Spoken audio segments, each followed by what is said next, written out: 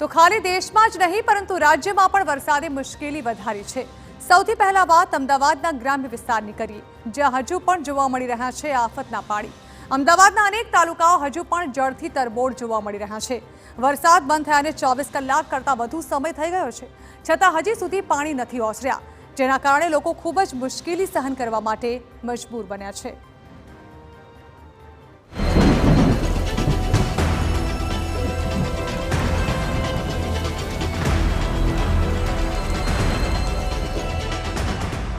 અમદાવાદનો ગ્રામ્ય વિસ્તાર પાણી પાણી।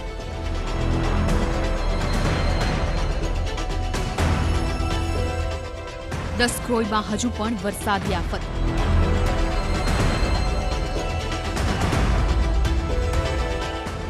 ધોળકામાં હજુ પણ ધોધમાર મુશ્કેલી।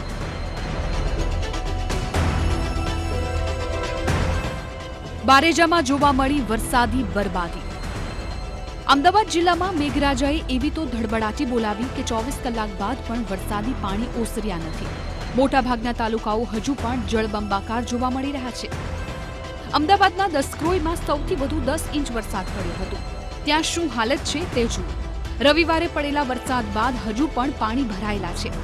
અત્યાર સુધી ભરાયેલા પાણીનો નિકાલ થયો નથી।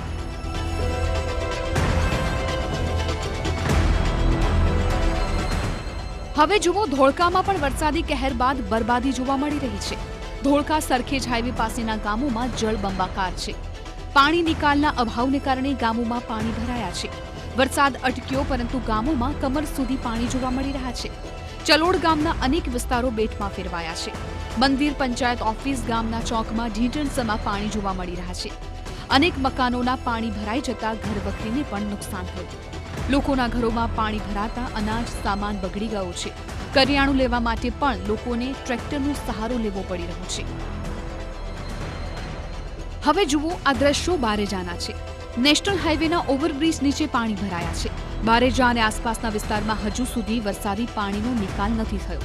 બારેજાથી બારેજડી જતા રોડ પર 2 ફૂટ સુધી પાણી ભરાયેલા છે।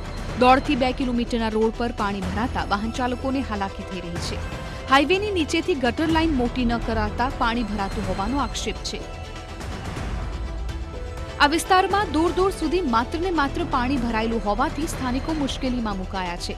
ગઈકાલે દસક્રોઈમાં 10 ઇંચ વરસાદ પડ્યા બાદથી જ સમગ્ર વિસ્તાર પાણીમાં ગરકાવ છે, જેના કારણે લોકો હાલાકી વેઠી રહ્યા છે। બારેજા નગરપાલિકા સામે સ્થાનિકોમાં આક્રોશ છે। લોકો પાસેથી ટેક્સ વસૂલી લેવામાં આવે છે, જો કે સુવિધાઓના નામે તેઓને કંઈ મળતું નથી અને વરસાદમાં અનેક દિવસો સુધી પાણી ભરાયેલા રહેતા હોય છે। જો કે એવું નથી કે અમદાવાદ ગ્રામ્યથી જ આવી હાલત હોય। અમદાવાદ શહેરના અનેક વિસ્તાર છે જ્યાં હજુ પણ પાણી ભરાયેલા જોવા મળી રહ્યા છે। જુઓ, ગોતા વિસ્તારની શું હાલત છે। ધોધમાર વરસાદ બંધ થયાના 24 કલાક કરતાં પણ વધારે સમય વીતી ગયો છે, છતાં અહીં પાણી જોવા મળી રહ્યું છે। વરસાદી પાણીના નિકાલમાં તંત્ર સંપૂર્ણ રીતે નિષ્ફળ રહ્યું છે।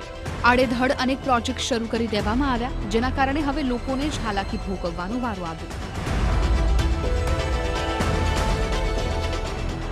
અમદાવાદથી નરેન્દ્ર રાઠોડ અને જિગ્નેશ પટેલ સાથે બ્યુરો રિપોર્ટ, TV9।